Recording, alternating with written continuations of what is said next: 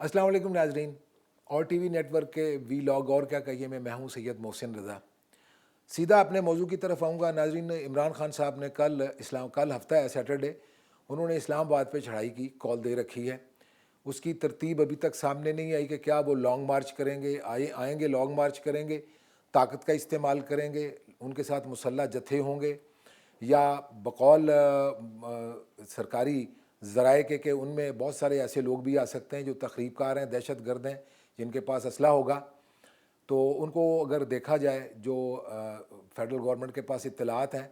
और राना सनाउल्लाह साहब जो वज़ीर दाखिला हैं, उन्होंने इमरान खान साहब को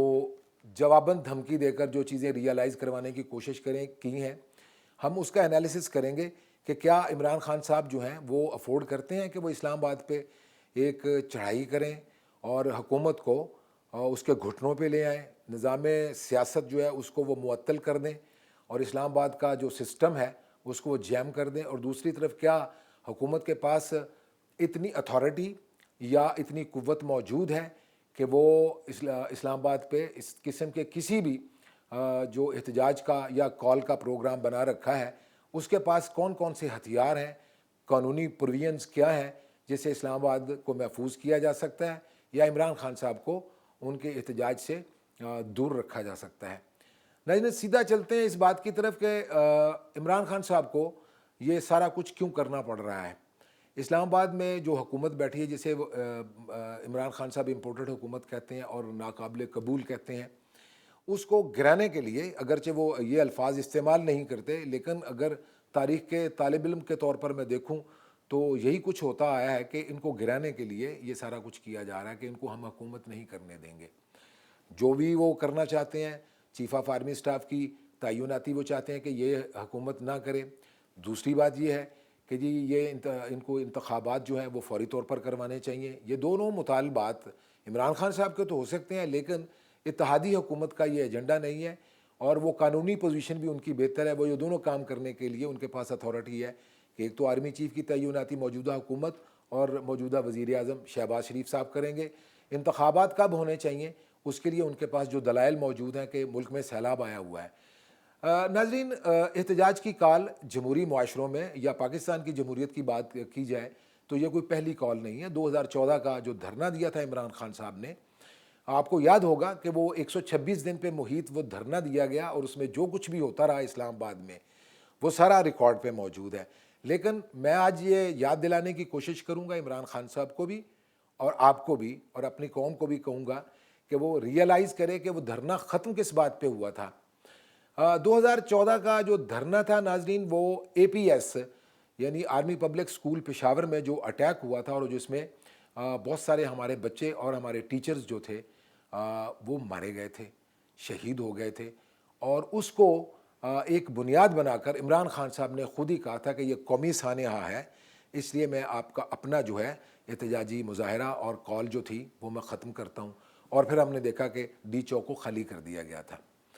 नाज़रीन, अगर इस बात को बुनियाद बनाया जाए तो इमरान खान साहब का धरना ख़त्म करने का 2014 में जो ऐलान था वो उनकी इखलाकी फ़तह थी। अगरचे वो नवाज़ हुकूमत गिराने में कामयाब तो नहीं हुए थे, लेकिन उन्होंने एक मॉरल फ़तह उनको मिली थी कि इखलाकी तौर पर उन्होंने उस बात को कि ये कौमी सानहा है, हमारे बच्चे और हमारे टीचर जो हैं वो शहीद हुए हैं दहशत गर्द एक अटैक में,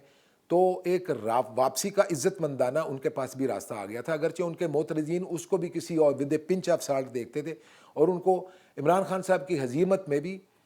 एक मज़ा आ रहा था। मैं उसकी तरफ नहीं जाऊँगा, लेकिन आज अगर इसी चीज़ को बुनियाद बनाया जाए तो इस्लामाबाद में, जबकि पूरा पाकिस्तान सैलाब से मुतासर है और जिन इलाक़ों में सैलाब से मुतासरीन बैठे हैं, तकरीबन 3.5-4 करोड़ के करीब हमारे इंटरनली डिस्प्लेस्ड हैं, उनके घर नहीं रहे, बच्चे हैं वो मर गए और औरतें हैं उनके घरों पे घर तबाह हो गए, सरों पे छतें नहीं रहीं। और पूरी दुनिया से अपील कर रहा है पाकिस्तान कि उनकी मदद की जाए। अगर कोई मदद करने के लिए तैयार भी है तो इस हुकूमत पर या पाकिस्तान का जो निज़ाम है उस पर एतबार करने के लिए तैयार नहीं है कोई कि ये मुतासरीन को मदद पहुँच जाएगी। ऐसे आलम में सियासी मामलात हल करते हुए या अपने सियासी एजेंडे को आगे बढ़ाते हुए एहतजाज की कॉल देना इमरान खान साहब की इखलाकी पोजीशन जो है वो कमज़ोर होती है। और दूसरी बात मैं नाज़रीन आपको ये बताऊं کہ عمران خان صاحب کے اپنے جو لشکر ہے، اگر اس کو جنگی اصطلاحات میں بات کی جائے تو ان کے لشکر میں جو لوگ موجود ہیں ان کی نائب اگر قرار دیا جائے یا ان کی دیگر سیاسی قیادت، عمران خان صاحب ویسے تو ون مین شو ہے، ان کی بات ہی فائنل بات ہوتی، لیکن ان کی پارٹی میں دیگر جو زعما ہیں اگر ان کا ذکر کیا جائے تو جو پارلیمانی پولیٹکس کرنے والے لوگ ہیں وہ ہیڈ آن کرنے سے اپنے آپ کو دور رکھ رہے ہیں، اور عمران خان صاحب کو شاید انہوں نے مشورہ دیا ہے جو کہ تسلیم نہیں کیا جا رہا۔ میں ذکر کروں گا خاص طور پر شاہ محمود قریشی صاحب کا، سینئر پارلیمنٹیرین ہے، ان کو پارلیمانی سیاست کا ایک تجربہ ہے، وہ میرا خیال ہے کہ کبھی نہیں چاہیں گے